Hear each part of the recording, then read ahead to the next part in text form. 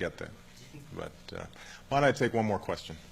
Go ahead. Yeah, I had actually two unrelated questions. Okay, I'll see if I can.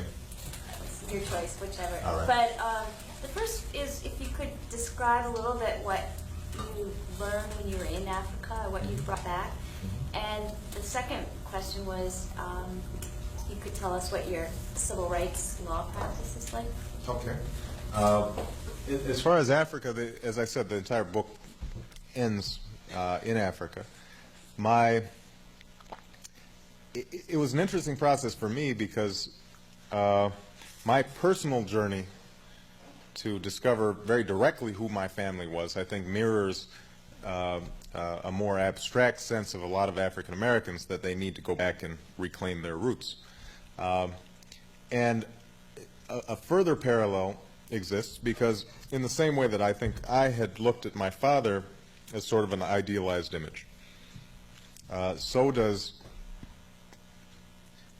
the African American community, I think, tend to idealize Africa, look at it through rose-tinted glasses, if it thinks about it at all. Now, part of that is counteracting years of feeling ashamed about Africa. So, going back, I think, for me, was to embrace at least a partial truth about Africa, which is that there's good in Africa and there's bad in Africa. There's great joy and much to be learned from Africa, but that there's also much to be discarded about certain African traditions. A very specific example is the sexism that exists in Africa, which I think debilitates the country. So,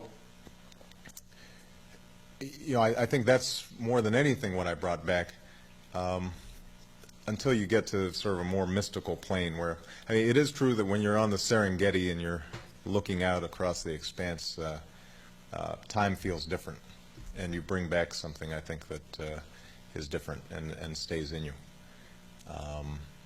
But I know, for example, I took my wife back, and as I said, she grew up in the south side of Chicago, and what she realized was that she was an American. I think very profoundly she realizes. Now she's a very beautiful, regal, African-looking, brown-skinned sister, and she goes there, and we go up to my grandmother's village, and first of all, she's riding in matatus, these little jitneys that are bumping along the road, and there are chickens on her laps, and she's, what was that game when we were kids, right? And you put your twist, right? That's how it feels. And so we get up there, and my little cousins, they all start pointing at her and saying, "Look, the wazungu," which means the white lady.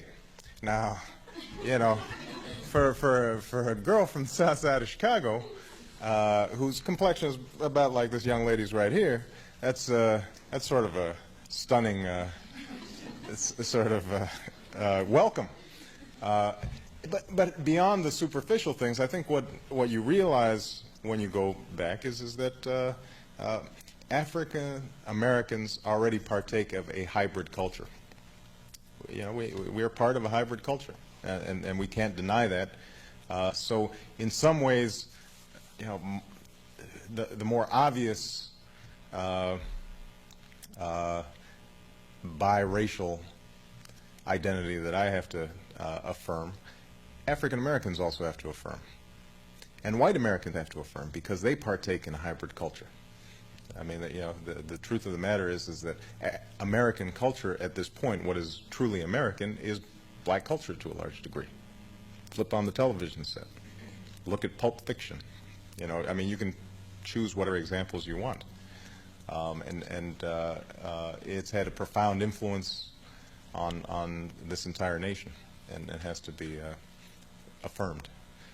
In terms of my civil rights practice, it's hard.